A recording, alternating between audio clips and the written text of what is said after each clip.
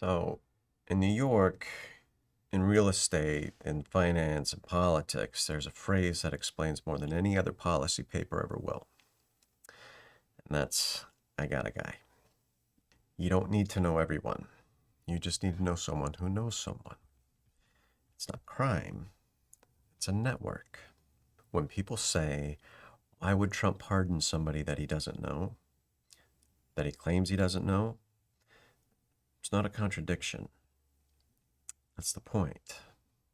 The value of a pardon isn't the friendship, it's access, obligation, deniability. A pardon doesn't just free a person, it creates a living IOU. It tells an entire ecosystem that if the system crushed you, or prosecutors went too far, you survived the machine, I might be your guy. And once you do that, you don't just gain the person that you pardoned, you gain their phone book, their lawyer, their fixer, their cousin, financiers, the offshore's contact, their guy.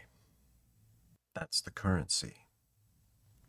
You see, pardoning these people isn't about recruiting criminals. It's about recognizing operators, people comfortable in opaque systems, people who understand discretion, people who don't need things written down.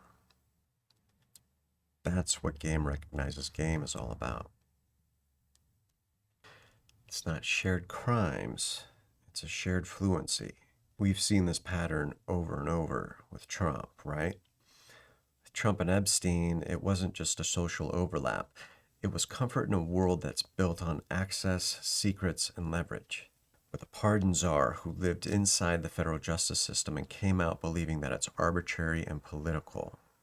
Foreign leaders who are tied to trafficking, who operate at the intersection of state power, money, and deniability. Different worlds, same game. These people fight with each other all the fucking time.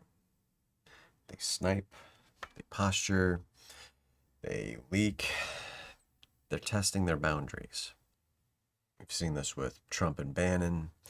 We've seen this across these circles constantly. It's not dysfunction.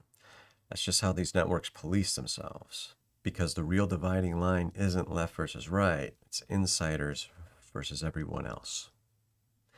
And everyone else, they're suckers.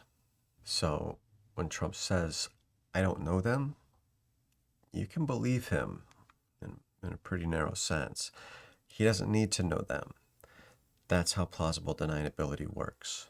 That's how power works. You don't build an organization, you build optional pathways. You don't give orders, you create availability. You don't ask questions, you let people know that you're reachable. Pardons are perfect for this because they bypass institutions completely. There's no committees, no oversight, no paper trail to explain why. Just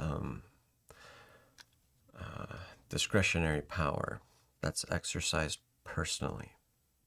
And once you normalize that, the system stops being about law or justice. It just becomes about who can move where, through whom, and without friction. It's not a cartel. It's a network. And networks don't need everyone to be guilty.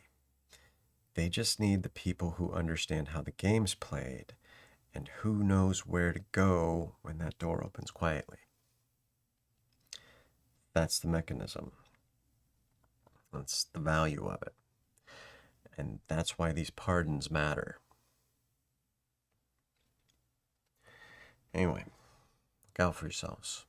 Look out for a neighbor. Look out for a stranger. Y'all keep doing good.